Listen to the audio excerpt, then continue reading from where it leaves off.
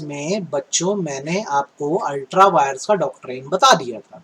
आप उस वीडियो को देखना और बहुत अच्छे से अल्ट्रा वायर्स का ध्यान रखना। आज मैं आपको नेक्स्ट डॉक्ट्राइन बताने जा रहा हूं जो है कंस्ट्रक्टिव नोटिस का रूल। क्या कहता है बहुत ध्यान से सुनो और क्यों बनाया गया ये सुनो। ये है प्रोटेक्शन टू द कंपनी। ये कंपनी को प्रोटेक्शन है, याद रखो, फ्रॉम आउटसाइडर, बाहरी व्यक्तियों से। कैसे, अगर मैं आपको बताऊं तो कंपनी के जो मेन डॉक्यूमेंट है कौन से, एमओए एंड एओए, बेटा इन्हें पब्लिक डॉक्यूमेंट बोला जाता है। पब्लिक डॉक्यूमेंट बोला जाता है। और आप क्या कर सकते हो अगर मैं बताऊं तो MCA21 की वेबसाइट पे जाके 100 रुपए पे करके, 100 रुपीज पे करके आप किसी भी कंपनी का मेमोरेंडम या आर्टिकल एक्सेस कर सकते हो। तो कंस्ट्रक्टिव नोटिस का यही कहना है, क्योंकि मेमोरेंडम और आर्टिकल पब्लिक डॉक्यूमेंट है, तो जब कोई पर्सन कंपनी से कॉन्ट्रैक्ट करने आता है तो कंपनी अज्यूम कर देती है कि person has knowledge about the company. Knowledge about the company, person को पता है कि वो किस कंपनी से आके कॉन्ट्रैक्ट करने जा रहा है। ठीक है, किस कंपनी से मतलब क्या, वो आपका पूरा नेम क्लॉज ऑब्जेक्ट सब पढ़ के आया होगा। तो कल को अगर कुछ ऊपर नीचे होता है या गड़बड़ होती है तो सच पर्सन कैन नॉट सू, फिर ऐसा व्यक्ति केस नहीं कर सकेगा ना यार। अब सीधी सी बात है, मैं किसी कंपनी से कॉन्ट्रैक्ट कर रहा हूं तो कॉन्ट्रैक्ट की कॉपी के साथ तो मेरे को मेमोरेंडम आर्टिकल भी दे देते हैं। अब मैं पढ़ूं या ना पढ़ूं, कंपनी वाले मान के चलते हैं कि बंदे ने क्या किया है, पढ़ दिया होगा, और इसको कंस्ट्रक्टिव नोटिस है। कंस्ट्रक्टिव मतलब अज्यूम्ड, और नोटिस मतलब होता है नॉलेज। तो बंदे को नॉलेज है कि कंपनी क्या है, कैसी है, और वो अपनी सोच समझ से कंपनी से कॉन्ट्रैक्ट कर रहा है। तो कल को अगर कोई परेशानी है, ऊंच नीच हुई, तो वो पर्सन खुद जिम्मेदार है, कंपनी की कोई जिम्मेदारी नहीं है। इतना ही कंस्ट्रक्टिव नोटिस का रूल है, देख लो। The memorandum and article when registered become public document and can be expected by anyone on payment of nominal fees. Therefore every person who contemplate मतलब wants to entering into contract with the company has the mean of ascertaining and is consequently presumed to know not only the exact power of company but also the extent to which this power has been delegated to director and of any limitation placed upon the exercise of this power। सब पता रहता है क्या power है, किसके पास क्या है, तो कल कोई सिचुएशन में फिर कंपनी के ऊपर किसी बात का आरोप नहीं लगा सकता। ये कंस्ट्रक्टिव नोटिस का डॉक्ट्राइन है, आपको समझ आ गया होगा। अब आता है दूसरा डॉक्ट्राइन इंदौर मैनेजमेंट का। आप एक तरह से बोल सकते हो ये एक तरह का एक्सेप्शन है, ये एंटीडोट है कंस्ट्रक्टिव नोटिस का। ये बेटा एक प्रोटेक्शन है जो आउटसाइडर को दी जा रही है कंपनी के अगेंस्ट। क्या कहता है इंडोर मैनेजमेंट का रूल, अगर मैं आपको बताऊं तो जैसे आप किसी कंपनी से कॉन्ट्रैक्ट करते हो तो क्या माना जा रहा है, आपने एमओए और एओए पढ़ा होगा, राइट, आपको नॉलेज होगी एमओए एओए की, तो कंपनी को आप गलत नहीं ठहरा सकते। चलो ठीक है, कंस्ट्रक्टिव नोटिस में यही बात पड़े। But what if internal irregularity है, मतलब कंपनी के अंदर ही गड़बड़ है, तो आप क्या कर दोगे, तब तो इश्यू है ना, फिर आपकी कोई गलती नहीं है, गलती कंपनी की तरफ से। और यदि कंपनी की तरफ से तो आप बिल्कुल केस करो, कंपनी वाले दोषी हैं और कंपनी अपने लिए लायबल होगी। एग्जांपल लिखा था, शेयर अगर कंपनी को सेल करना है तो शेयर होल्डर से पूछो। किससे पूछो, शेयर होल्डर से परमिशन लो। अब ये लिखा है मेमोरेंडम आर्टिकल में, सपोज करो मैंने ये बात पढ़ दी है तो मेरे को ये बात पता है, लेकिन कंपनी के डायरेक्टर्स ने क्या किया, विदाउट शेयर होल्डर अप्रूवल मुझे शेयर अलॉट कर दिए।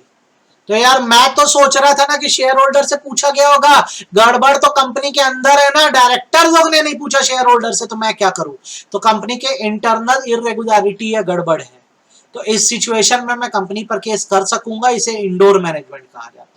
तो ये दोनों एक दूसरे के अपोजिट है। कंस्ट्रक्टिव नोटिस कंपनी को प्रोटेक्ट करता है आउटसाइडर से, और इंडोर मैनेजमेंट आउटसाइडर को प्रोटेक्ट करता है कंपनी से। इसमें केस का नाम है रॉयल ब्रिटिश बैंक वर्सेस टर्कंड का। केस की कहानी डब्बे में ध्यान से देख लो। जो एक बैंकिंग कंपनी थी रॉयल ब्रिटिश बैंक नाम की, ठीक है, उनके जो डायरेक्टर्स है उनको ऑथराइज ये था कि वो बॉन्ड बेचकर पैसा दे सकते हैं, लेकिन उनको शेयर होल्डर से पूछना चाहिए। ठीक है, अब कंपनी ने टरकंड नाम के एक पर्सन को बिना शेयर होल्डर से पूछे बॉन्ड दे दिए, मतलब टरकंड से लोन दे दिया। अब टरकंड को अगर ये बात पता लगे तो उसको ये लगेगा ना कंपनी में गड़बड़ चल रही है यार, मालिकों से नहीं पूछा गया लोन देने से पहले, तो बिल्कुल वो कंपनी पर केस कर पाएगा। यहां पर मैं रिपीट कर दे रहा हूं, banking company royal British bank, rule ये था उनको कोई भी बॉन्ड बेचने या लोन देना शेयर होल्डर से पूछो। इन्होंने क्या किया, टरकंड नाम के पर्सन को बॉन्ड बेचा, उससे लोन ले लिया, लेकिन शेयर होल्डर से नहीं पूछा था। कल को अगर कुछ ऊपर नीचे हुआ तो टरकंड क्या कर सकता है, कंपनी पर बिल्कुल केस कर सकता है, ये बोल के कि यार ये तुम लोग का अंदरूनी मामला है, मेरे को क्यों फंसा रहे हो, मैं तो सोच रहा था ना शेयर होल्डर से पूछा गया होगा। तो आपको इंडोर मैनेजमेंट इतना तो समझ आ गया होगा, मुझे ऐसा लगता है। अब इंडोर मैनेजमेंट के एक्सेप्शन एग्जाम में मैनी टाइम्स पूछता है। तो इंडोर मैनेजमेंट का एक्सेप्शन मतलब क्या, situation where outsider will not get protection, मतलब गड़बड़ होने पे भी आउटसाइडर केस नहीं कर पाएगा। ऐसा कब कब होगा, एकदम इजीएस्ट वे में बताता हूं।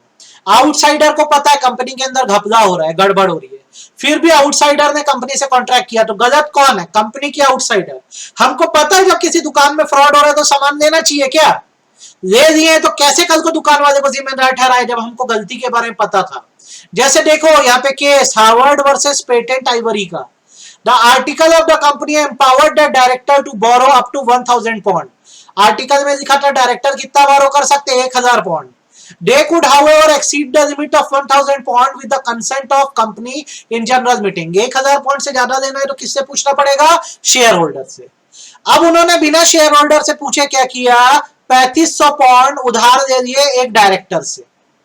अब आप देखो, क्योंकि ये डायरेक्टर है खुद एक पर्सन जो लोन दे रहा है, तो उसको तो इरेगुलरिटी के बारे में पता है ना कि कंपनी 1000 से ज्यादा का लोन दे रही है, वो भी बिना शेयर होल्डर से पूछे।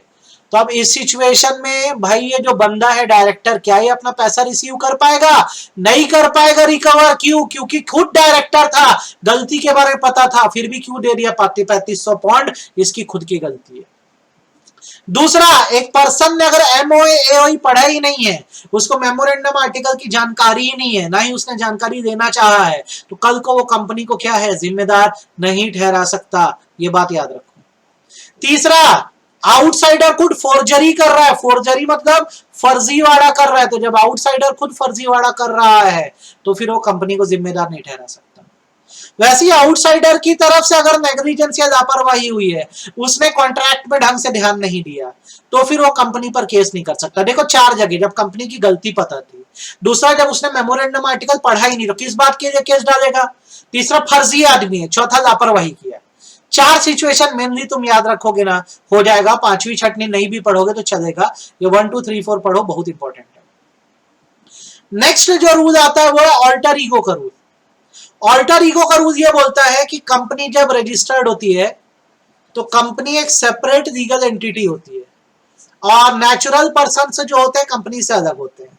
लेकिन अगर कंपनी में कोई मिसमैनेजमेंट हो जाए तो ये जो ऑल्टर ईगो चल रहा है अपरिचित टाइप का कि दुनिया को कंपनी दिख रही है, पीछे नेचुरल पर्सन है, इसको रिमूव कर दिया जाएगा और जो गिल्टी है उसको पनिश करेंगे, चाहे वो कोई भी हो, फर्क नहीं पड़ता है। तो ऑल्टर ईगो मतलब होता है डिफरेंट पर्सनैलिटी।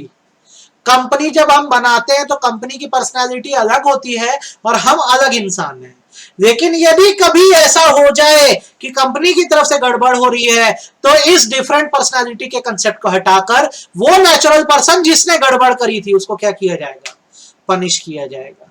आपको ये बात पता होना चाहिए, इंपॉर्टेंट। डिस्टिंग्विश बिटवीन मैं नहीं बताऊंगा, ये सेल्फ पढ़ना, ठीक है, सेल्फ पढ़ना डिस्टिंग्विश बिटवीन को। अब बारी आती है मेमोरेंडम और आर्टिकल का लीगल इफेक्ट क्या है। जब किसी कंपनी का मेमोरेंडम आर्टिकल बनता है तो लीगल इफेक्ट क्या आता है, तो मैं आपको एक हिंट देता हूं। इफेक्ट मेनली आर्टिकल का पढ़ना, क्योंकि मेमोरेंडम तो आउटसाइडर से रिलेशन बनाता है ना, आर्टिकल जो होता है एक बाइंडिंग रिलेशन बनाता है। आपको इसमें से जैसे ढेगा topic legal effect of MOA and AOA, आप चिंता मत करना, आप सिर्फ ये याद रखो मेमोरेंडम एक शरीर है जो बाहर के रिलेशंस बनाता है, कंपनी के अंदरूनी रिलेशन जो होता है वो आर्टिकल्स ही तो इंटरनल रिलेशन आर्टिकल्स ही बनाता है। तो जब आर्टिकल बना तो क्योंकि ये इंटरनल मैनेजमेंट के लिए है, तो ये बाइंड करता है कंपनी को उनके मेंबर्स के साथ, मतलब ओनर्स के साथ। कहने का मतलब ये है कंपनी के जो रूल्स एओए में लिखे हैं वो मेंबर्स को मानने होंगे। तो ये रिलेशंस कैसे कैसे बनते हैं? Member bound to the company. Member bound to the company का मतलब होता है कि अगर कोई रूल है, अगर कोई रूल है जो एओए में लिखा है तो मेंबर उसे फॉलो करेंगे, मेंबर उसे फॉलो करेंगे। आप अपनी कंपनी के मेंबर या शेयर होल्डर हो ना, तो जो नियम बना है भैया आप उसको फॉलो करो। तो आप ये बात ध्यान रखो, कंपनी के नियमों को हर मेंबर को मानना होगा। इसे बोलते हैं member bound to the company, ठीक है। जैसे यहाँ पे केस पढ़ो, आर्टिकल में क्या क्लॉज डाला हुआ था कि अगर कोई मेंबर जो है वो बैंकरप्ट हो जाए, मतलब इंसॉल्वेंट हो जाए, तो उसको क्या करना होगा, जो शेयर होंगे वो बेचने होंगे उस प्राइस पर जो डायरेक्टर्स डिसाइड करेंगे। अब क्या हुआ, एक शेयर होल्डर जो है बैंकरप्ट हो गया बी नाम का। अब कहना यह था कि जब कोई इंसॉल्वेंट होता है तो उसके साथ तो सारे कॉन्ट्रैक्ट खत्म हो जाते हैं, तो हम शेयर के अपने रेट पर बेचेंगे और कंपनी के प्रोविजन को फॉलो नहीं करेंगे। तो कोर्ट ऑफ लॉ ने बेसिकली ये बोला कि जब आप मेंबर थे तो कंपनी के मेंबर थे ना, वहां नियम क्या था, जब आप इंसॉल्वेंट होते तो आप किस रेट पे शेयर बेचोगे तो डायरेक्टर डिसाइड करेंगे। तो आप पर ये नियम अभी भी लगेगा ही और आपको अपने शेयर किस हिसाब से बेचने पड़ेंगे, कंपनी के डायरेक्टर जो रेट डिसाइड करेंगे उस हिसाब से बेचने पड़ेंगे। सेकेंड इफेक्ट है company bound to the member. अगर कोई नियम बन गया तो मेंबर जैसे कंपनी के नियम मान रहे हैं तो वैसे ही कंपनी को भी अपने बनाए नियम मानने पड़ेंगे, किसी मेंबर को परेशानी नहीं होनी चाहिए। और यदि मेंबर को परेशानी हुई तो मेंबर जो है कंपनी के खिलाफ केस ला देगा कि यार हम तो आपके लिए बाउंड है, आपके नियम मान रहे हैं, आप भी हमारे लिए जिम्मेदार रहो, नियम बने तो आप भी फॉलो करो। नेक्स्ट होता है member bound to the member, मतलब हर मेंबर दूसरे मेंबर से जुड़ा हुआ है। जैसे एक कंपनी में अगर 100 शेयर होल्डर है तो सबको क्या है, रूल्स मानने पड़ेंगे। ऐसा नहीं है कि एक माना दूसरा नहीं माना। और यदि कोई मेंबर रूल नहीं मान रहा है तो दूसरा मेंबर उसको कुछ गलत काम करने से रोक सकता है। It is just like a family. जब हम फैमिली में रहते हैं तो हम फैमिली के जिम्मेदार है, फैमिली हमारे लिए जिम्मेदार है, हम सब फैमिली मेंबर्स एक दूसरे के लिए जिम्मेदार हैं। और finally company is not bound to outsider. बाहरी इंसान के लिए हम किसी तरह से बंधन में नहीं बने हैं, ना हम उसके नियम मानेंगे ना वो हमारा नियम मानेगा। तो अगर हम कोई बात को पीछे हट जाते हैं, कोई रूल को नहीं मानते हैं, तो आउटसाइडर जो है हम पर केस नहीं कर सकता। एग्जाम्पल, आर्टिकल में एक रूल लिखा है, एओए में एक रूल लिखा है, अब कंपनी उस रूल को फॉलो नहीं कर रही है, company not following rule, company उस नियम को फॉलो नहीं कर रही है। अब हो ये रहा है कि एक आउटसाइडर है, वो कंपनी पर केस करना चाह रहा है कि भाई एओए की बात क्यों नहीं मान रहे हो आप। कैसे केस करेगा, वो थोड़ी ना मालिक है कंपनी का। तो कंपनी किसी आउटसाइडर के लिए बाउंड नहीं होती है। तो अब आप इसको एकदम अच्छे से पढ़ सकते हो। आपको मैंने पूरा चैप्टर कंप्लीट करा दिया है। कल मैं आपको बहुत इंपॉर्टेंट चैप्टर कराऊंगा और वॉल्यूम 1 जिसे 20 नंबर का एग्जाम, 20 नंबर बोलता हूँ, 15 नंबर तो आएगा ही आएगा, कल खत्म हो जाएगा।